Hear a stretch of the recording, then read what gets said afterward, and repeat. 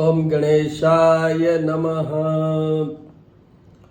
तो फ्रेंड्स, आज बात करेंगे हम शनिदेव की।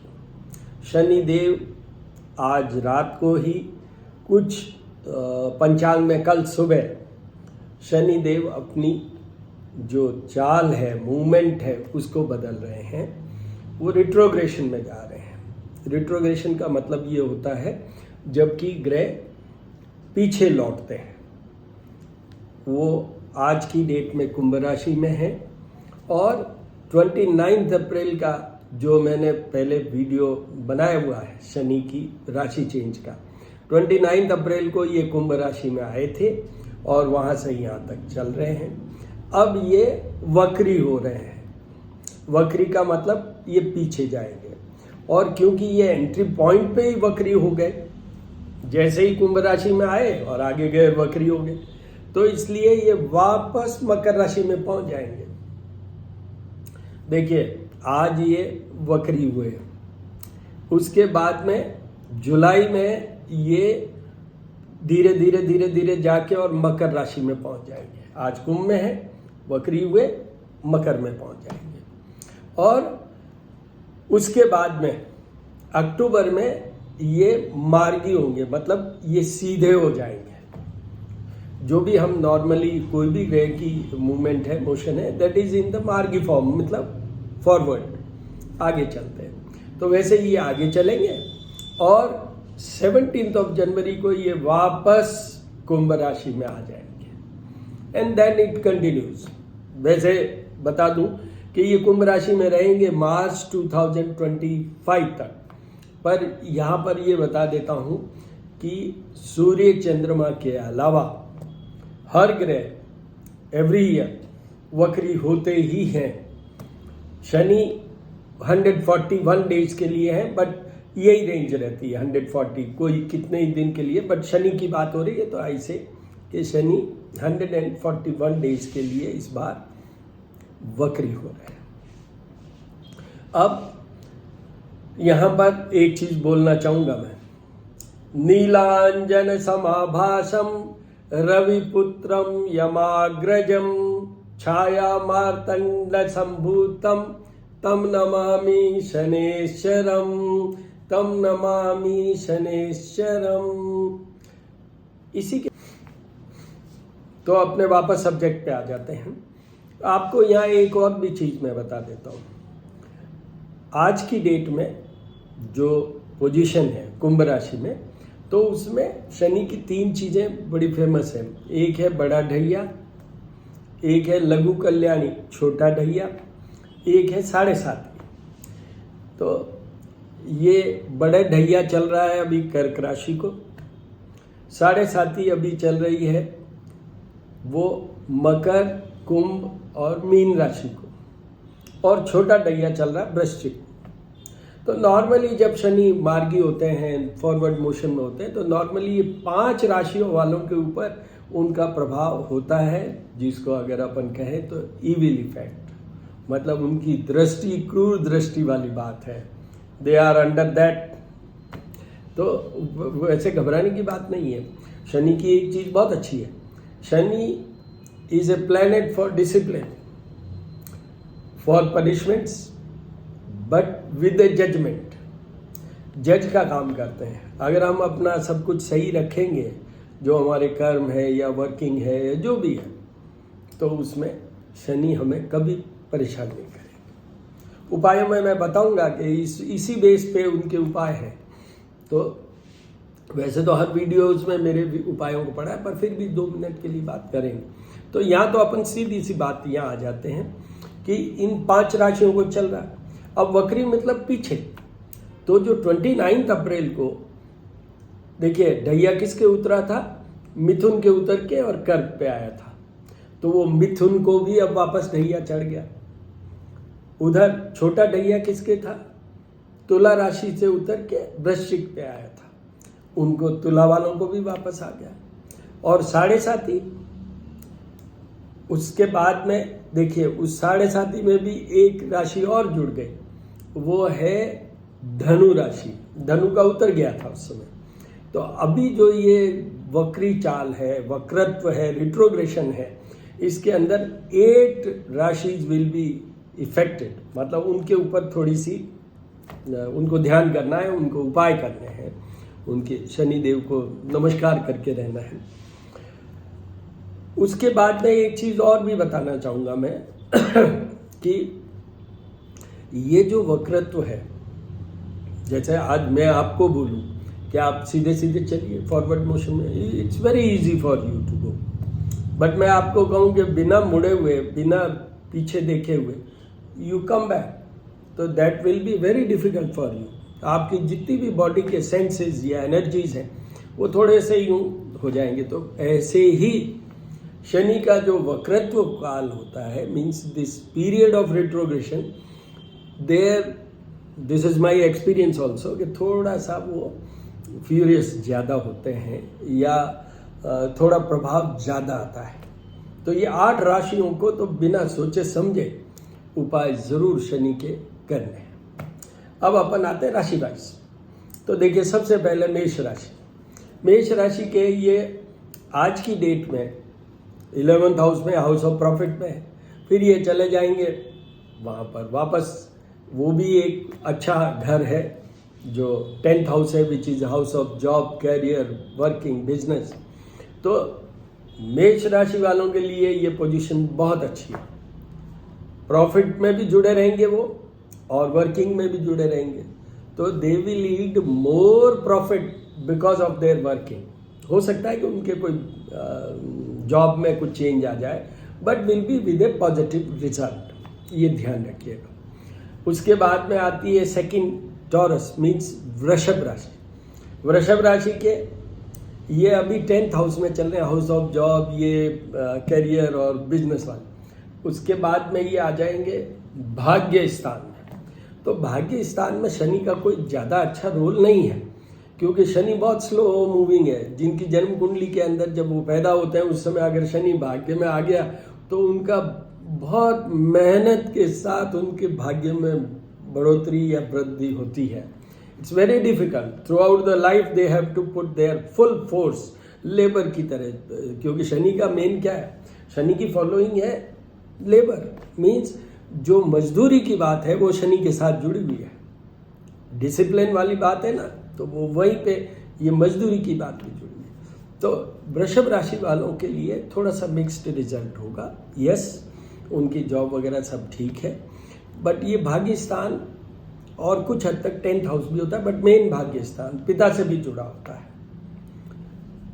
जो लेडीज हैं उनके लिए भी बता दूं, पिता के अलावा इन लॉज भी होते हैं, उनसे भी जुड़ा होता है। बट इसमें बात है पिता और ससुर जी की बात करें, फादर इन लॉ की बात करें, तो उनको थोड़ी दिक्कत हो सकती है। आप दोनों के बीच में कुछ ऐसा हो सकता है, ये हो सकता है, बाकी कुछ नहीं। वृषभ राशि इज ऑल्सो ठीक है। उसके बाद में आइए मिथुन राशि। मिथुन राशि के अभी तो भाग्य स्थान में है, ढैया उतर गया था ना अप्रैल में, अब वापस ढैया चढ़ गया, तो उनके 8th स्थान में भी आएगा। तो उनको तो फुल उपाय करने हैं for having a good health, for not facing the problems like कि भाई ये जो स्कैम हो जाते हैं, केसेस हो जाते हैं, लड़ाई झगड़े हो जाते हैं, वो सब चीज़ों के लिए बचने के लिए। बट मेन जो मैंने पहले बोला है अबाउट देयर हेल्थ, तो इसलिए उनको सारे उपाय करने विदाउट फेल, बिना सोचे समझे। उसके बाद कर्क राशि। कर्क राशि आज की डेट में बता देता हूँ आपको, शनिवार है और जब मैं ये वीडियो बना रहा हूँ पुष्य नक्षत्र है, जो शनि का ही नक्षत्र है और 27 नक्षत्र आज में सबसे बेस्ट होता है। लकीली वो मेरा भी है, मेरी भी कर्क राशि है और मेरा भी। कर्क राशि को तो अभी ढैया चल रहा है, तो एक तो वो इफेक्ट हो गया। और मैंने अभी आपसे कहा है कि ये वक्रत्व motion movement is slightly different than the normal. थोड़ा सा यहाँ शनि इरिटेबल हो सकते हैं, थोड़ी फ्यूरियसनेस बढ़ सकती है। तो कर्क राशि वालों को तो सारे उपाय करने हैं। यहाँ किस किस बात के लिए करने हैं इनके, एक तो 8th हाउस का इफेक्ट तो आएगा ही, तो वही अगेन हेल्थ और वो जो केसेज और ये मैंने जैसे अभी बोला था मिथुन राशि को, वो सब आ गए। दूसरा है 7th हाउस जिसमें ये जा रहे हैं वो मार्ग स्थान भी कहलाता है, तो वहाँ हेल्थ का भी इश्यू आता है। दूसरा वो पार्टनर का भी है, तो उनके पार्टनर की या उनकी हेल्थ दोनों में से किसी की इफेक्ट हो सकता है, उस पर कुछ प्रॉब्लम्स आ सकती है। बट उसके साथ में ही उन दोनों के हल्का फुल्का डिस्प्यूट, मिसअंडरस्टैंडिंग हल्की फुल्की हो सकती है। बट ये बता दूं क्या, वो एक रूल याद रखिए, if your dealings are quite clear, सब ठीक ठाक कर रहे हैं, तो कहीं भी किसी भी हालत में डरने की बात नहीं है। वो थोड़ा बहुत इधर उधर हो जाता है, हो ही जाता है, तो फिर वो उसके लिए ये, तो उनको पूरे उपाय करने हैं। कर्क राशि को ये केंद्र स्थान भी हो जाता है, जो 7th हाउस मैंने कहा था, तो उनके एक चीज़ प्लस भी हो सकती है, जो ये पॉलिटिशियंस होते हैं या जो सबऑर्डिनेट्स होते हैं, उनसे उनकी थोड़ी सी अच्छी बन सकती है। तो their working as a service person will improve. अब आइए उसके बाद सिंह राशि।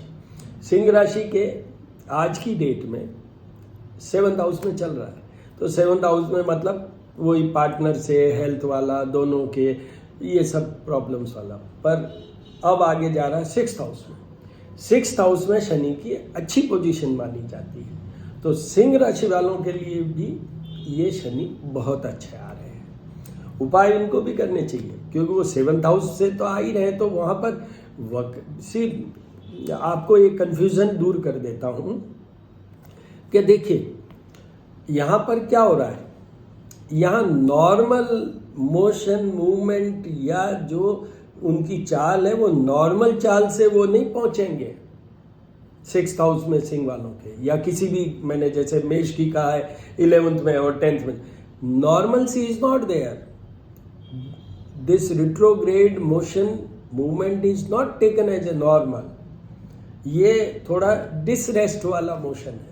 ये जो चाल है इसमें थोड़ा सा उनको इरिटेबल कह लूँ या कुछ भी समझ लीजिए, you may find certain difficulties, वो थोड़े से फ्यूरियस होंगे इसमें, तो इसलिए उनको उपाय तो करने ही है। 6th हाउस में बहुत बेस्ट होते हैं, फिर भी करने हैं। उसके बाद में आइए कन्या राशि।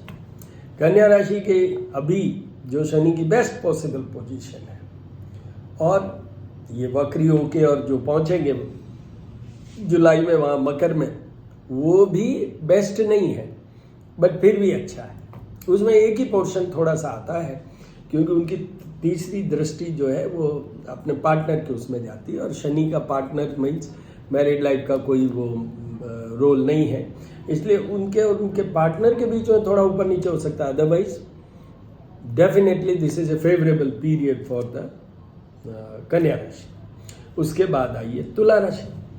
तुला राशि के आज 5th हाउस में है, फिर 4th हाउस में पहुंचेंगे। हाउस ऑफ, जिसको अपन कहते हैं ना सुख स्थान, माता का स्थान, प्रॉपर्टी का स्थान, तो वहाँ 4th हाउस में शनि अच्छा नहीं माना जाता, तो उनको वापस उस ढहिए के असर आएंगे। उनकी हेल्थ भी हो सकती है, मदर की हेल्थ भी हो सकती है, उनकी प्रॉपर्टीज़ में कोई डिस्प्यूट खड़ा हो सकता है, उनके जॉब में भी, क्योंकि एस्पेक्ट करते हैं जॉब के घर को, तो वहाँ भी शनि की दृष्टि जहाँ ज़्यादा पड़ती है वहाँ थोड़ा ज़्यादा खराबी करते हैं। उसके बाद आइए वृश्चिक राशि।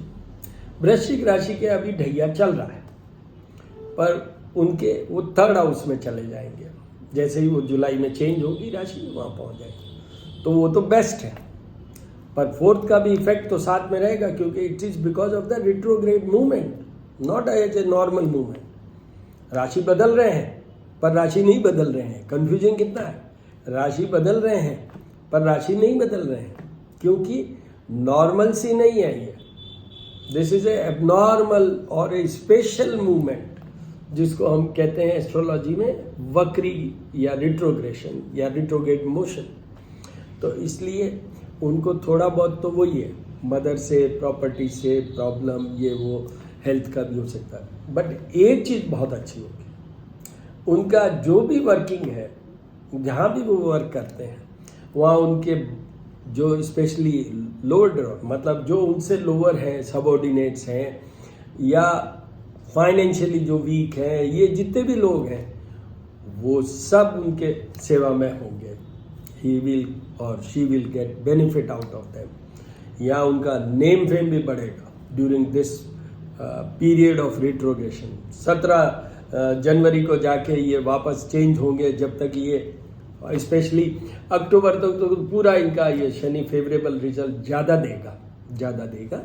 बाद में तो क्या है, वो मार्गी हो जाएगा तो उधर मूवमेंट तो शुरू हो ही जाएगा ना अक्टूबर में। अल्टीमेटली कुंभ राशि में वो जनवरी में पहुंचेंगे, बट वापस रिट्रोग्रेशन से they will reverse back. That is done in the month of October. तो इसलिए वो उनके अक्टूबर तक तो बिल्कुल सेफ है। They will definitely get name fame and something recognition in their job, in their output performance. इस तरीके से उनका होगा। उसके बाद आइए धनु राशि। धनु राशि के 7.5 वापस आ गई। Third phase of 7.5। 7.5 क्या है?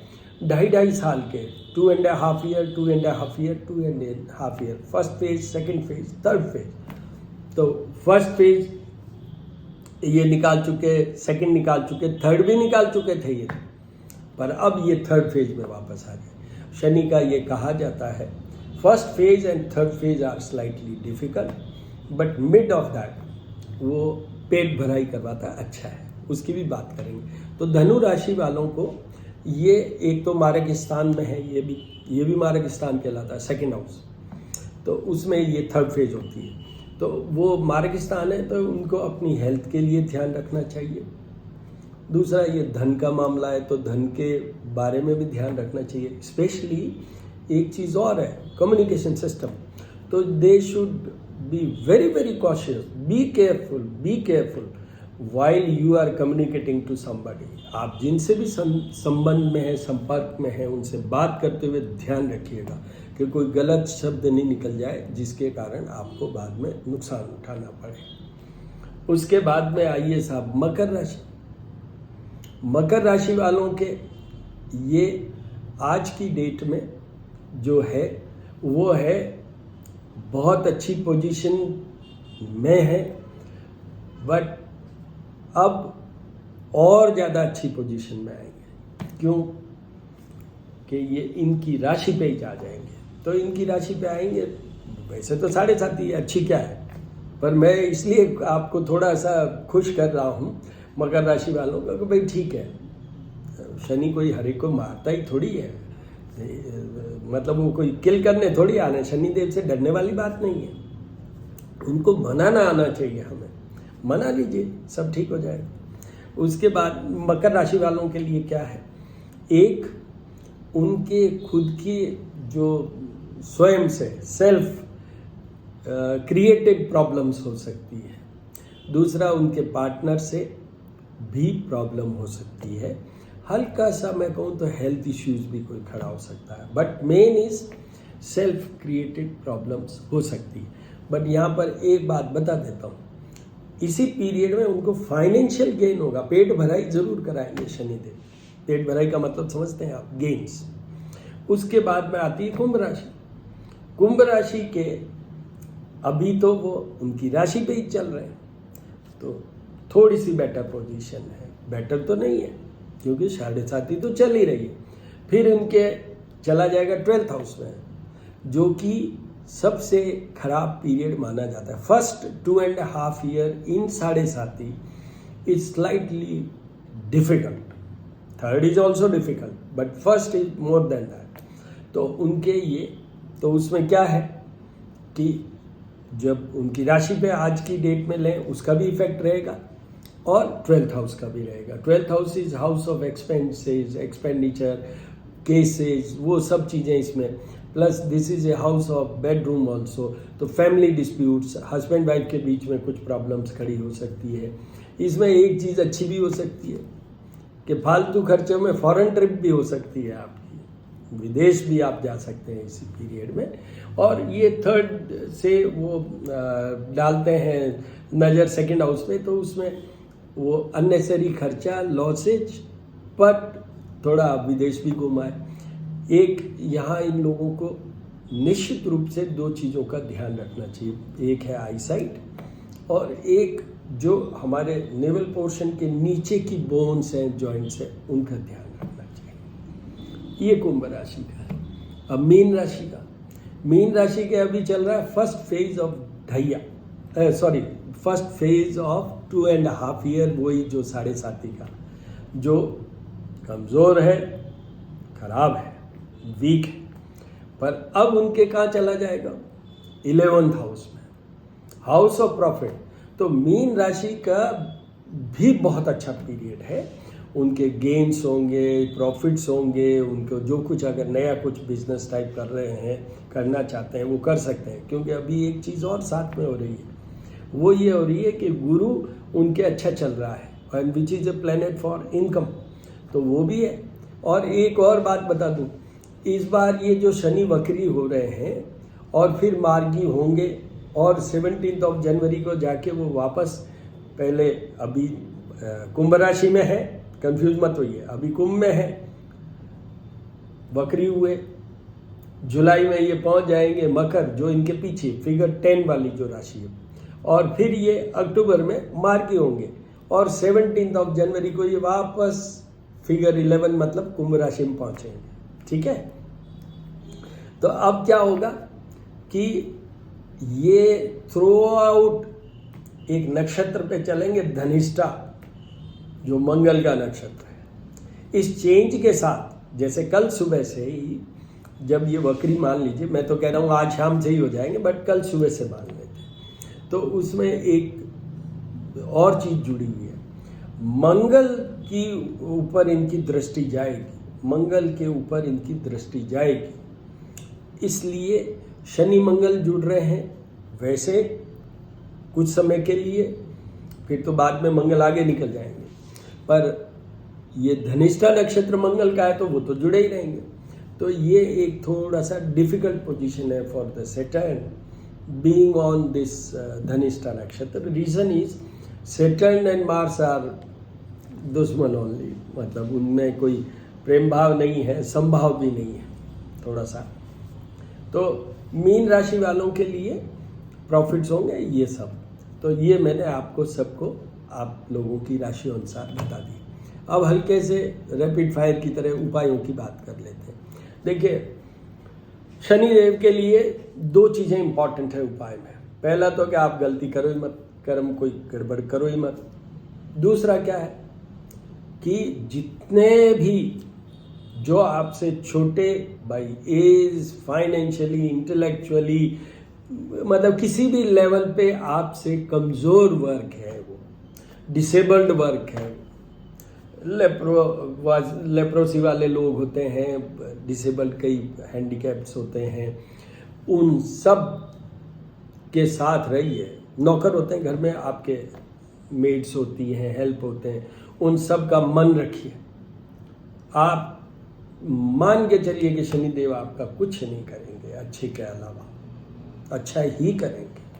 तो आपको ये 2 रूल बता दिए। अब तीसरे रूल पे आते हैं, वो ये है कि पहले तो शनिदेव की बात कर लेते हैं। शनिदेव को अगर आपको हेल्थ इश्यूज ज़्यादा आ रहे हैं तो एक छाया दान होता है, उसमें आप एक स्टील की कटोरी लें। कहने को लोग कॉपर की भी कहते हैं, बट मैं इसलिए कि भाई कॉपर तो उनके मंगल को से जुड़ता है नहीं।